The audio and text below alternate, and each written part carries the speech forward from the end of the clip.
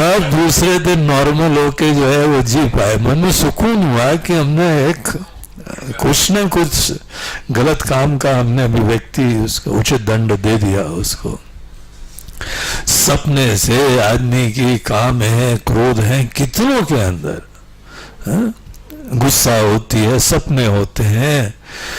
हर व्यक्ति के सपने से हमको उसके संस्कारों का, उसके मन का परिचय मिल जाता है। सपने आपको जैसे आते हैं ना, आपके मन के अंदर वो इच्छाएं अभी बची हुई हैं, आक्रोश विद्यमान है, राग विद्यमान है, द्वेष विद्यमान है, तो ही सपने आते हैं। अगर महत्व नहीं होता तो कैसे आते सपने? तो सपने जो है इंसान का परिचय देते हैं, मन के संस्कारों का परिचय देते हैं। आज मनोवैज्ञानिक लोग भी, कोई जाता है ना तो पूछते हैं मुझे बताओ कैसे सपने आते हैं, पूरा विज्ञान है इसका। एक बहुत प्रसिद्ध मनोवैज्ञानिक हैं, सिगमंड फ्राइड थे, जो अभी तो नहीं है, बड़े पुराने व्यक्ति थे। उन्होंने 3 वॉल्यूम्स लिखी हुई है, इंटरप्रिटेशन ऑफ ड्रीम्स। ऐसे बड़े बड़े बृहदारण्यक उपनिषद जैसे मोटे मोटे इतने बड़े बड़े ग्रंथ, केवल आदमी के सपनों की व्याख्या करके उससे शिक्षा लेना। शोध करा उसने, बहुत अच्छी तरह शोध करा, और उन्होंने प्रमाण बनाए, क्योंकि आज उसकी स्टडी होती है, उसको बड़ा प्रामाणिक लोग समझ के अध्ययन करते हैं। मन का परिचय हो जाता है, संस्कार का परिचय हो जाता है। किसी की श्रद्धा हो उसी के सपने आएंगे, किसी के प्रति राग हो उसी के सपने आएंगे, किसी के प्रति द्वेष हो उसके ज्यादा आएंगे। राग द्वेष ही सपनों के जनक होते हैं, वही हेतु होते हैं। और जिस दिन आपको सपने, जिस समय प्रवचन के आने लगे, वेदांत ज्ञान के आने लगे, तो हम भी खुश हो जाए। आपको सपना आ रहा हो, विश्वं दर्पण दृश्यमान नगरी तुल्य, स्वप्न की तरह है। आया कभी, जब भी आता है तो सही रहता है, वो दर्पण वाला नहीं आता है वहां पे। तो अभी समझारी हो, सीधी सी बात है। जिस दिन ये आने लगे तो हमको बोलने की जरूरत नहीं है, हम समझ जाएंगे कि आपके लिए दृश्य जगत, दृश्यमान नगरी, जो दृश्यमान है वो मिथ्या है, कल्पना है, स्वप्नवत है। तो सपने से जो है वो हम लोगों को ये सब चीजों का परिचय मिलता है। बहुत सारी चीजें सपने से पता लगती हैं। बहुत ज्यादा सपने भी नहीं आने चाहिए, थोड़ी देर के लिए आते हैं सपने, उसके बाद गहरी निद्रा में जाता है इंसान। ये स्वस्थ लोगों की प्रक्रिया है, सबको आते हैं, किसी को कम आते हैं। जब देखो मन के अंदर कोई बिल्टअप हो गया है तो आ जाते हैं, नहीं हो गया है वहीं पे निपट लिया है, भगवान के प्रति शरणागत कर लिया है, स्वीकार कर लिया है, जो है सब अच्छा ही है, तो क्या सपना देखो। तो बड़े कम सपने आते हैं ऐसे लोगों को। कुछ लोग तो हैं जो इतने पुण्यात्मा होते हैं कि जहां लेटे एकदम अच्छी निद्रा हो जाती है। बेड के ऊपर तो छोड़ो, कई बार प्रवचन में भी सो लेते हैं आराम से, जो बैठे आराम से। आज स्वामी जी बता रही थी, गुरु जी आज ध्यान में कोई कुर्राटे की आवाज आ रही थी हमको।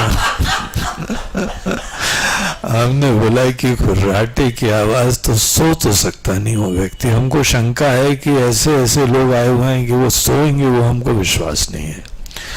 कई लोगों की नॉर्मल सांसें ऐसी आती हैं कि जैसे कुर्राटे मार रहा होगा वो, उसको पता नहीं है, वो थोड़े से सांस लेने के किसी के सिस्टम में थोड़ा दोष होता है। तो एनीवे अनेकों लोग जो हैं वह गहरी निद्रा में इतनी जल्दी चले जाते हैं, वो बहुत पुण्यात्मा माने जाते हैं।